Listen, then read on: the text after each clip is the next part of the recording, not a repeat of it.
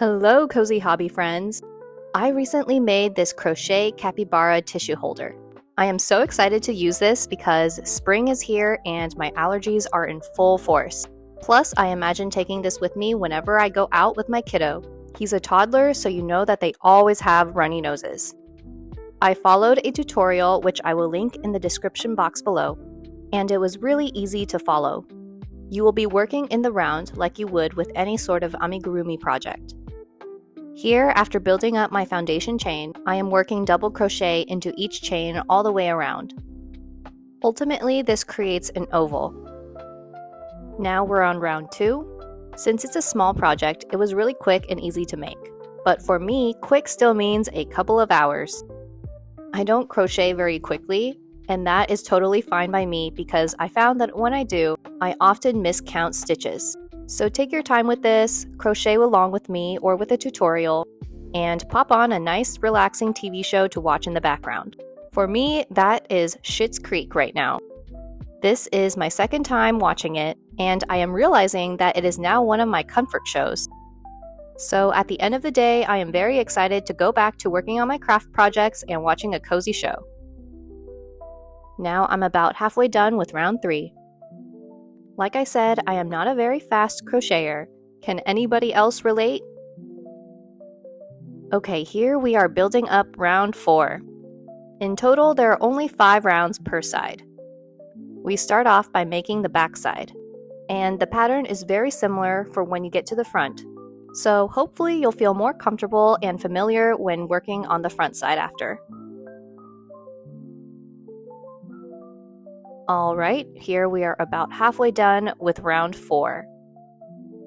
The way this works is that you work a bunch of increased stitches when you reach each end to build up that oval shape. Very close to finishing round 4 here.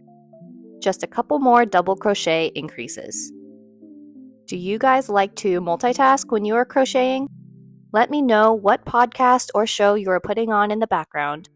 I am almost done with my Schitt's Creek rewatch, so I'll be on the hunt for a new TV show soon. Now here I am building up a bunch of chains to create a loop on the top of the tissue holder.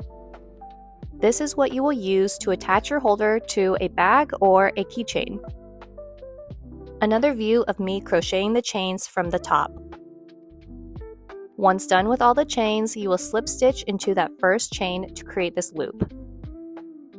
This project is easy in that it only requires a couple of basic stitches: slip stitch, double crochet, treble crochet, and I think that's all you need to know. Here we are starting on the front panel. This is a different color because this is like the capybara's mouth area. I found it pretty clever in that to make this opening, you're creating a bunch of chains, and just like you did with the loop, slip stitching the last chain to the first one. Afterwards, you're just double crocheting into each chain, building around it into an oval shape just as we did with the back panel.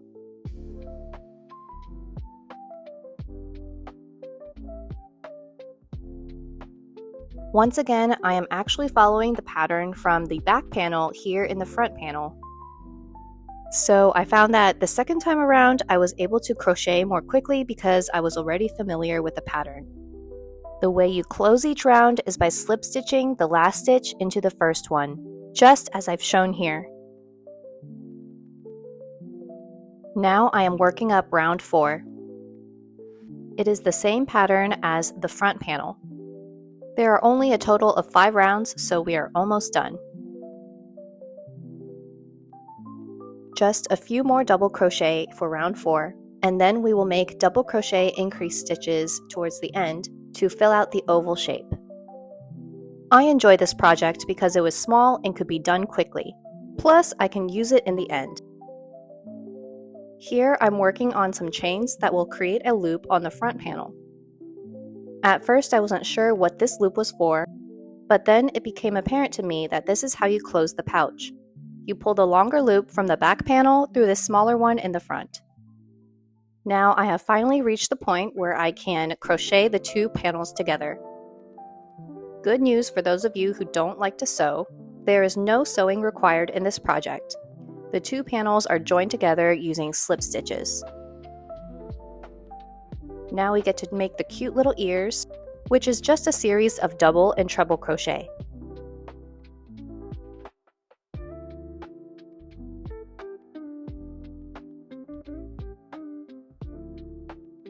We end with a slip stitch to secure the last stitch of the ear to the pouch.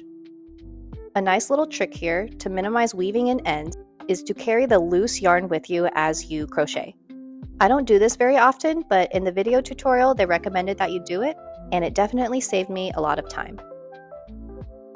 Now we're going to weave in the cute little nose. It's so funny to me that capybaras became such a trend lately because they're giant rodents. If you would have told me that I think a rodent is cute, I would have called you crazy. But I get the trend. They are actually really cute.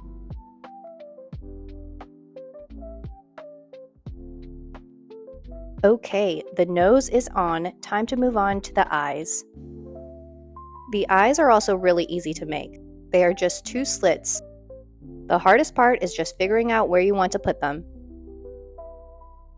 I think they look really cute here. The way I secured it was by weaving in the ends into the brown yarn. At last, we get to try it out. I was hoping that I could wad up a bunch of tissues and stuff them in there, rather than using pre-packaged pocket tissues. And it works just fine. I just have to be a little gentle while pulling them out. Here I am showing you how you can secure the pouch closed, just as I mentioned before. Guys, I am so excited to bring this along on my next outing. Let me know if you'll be making this.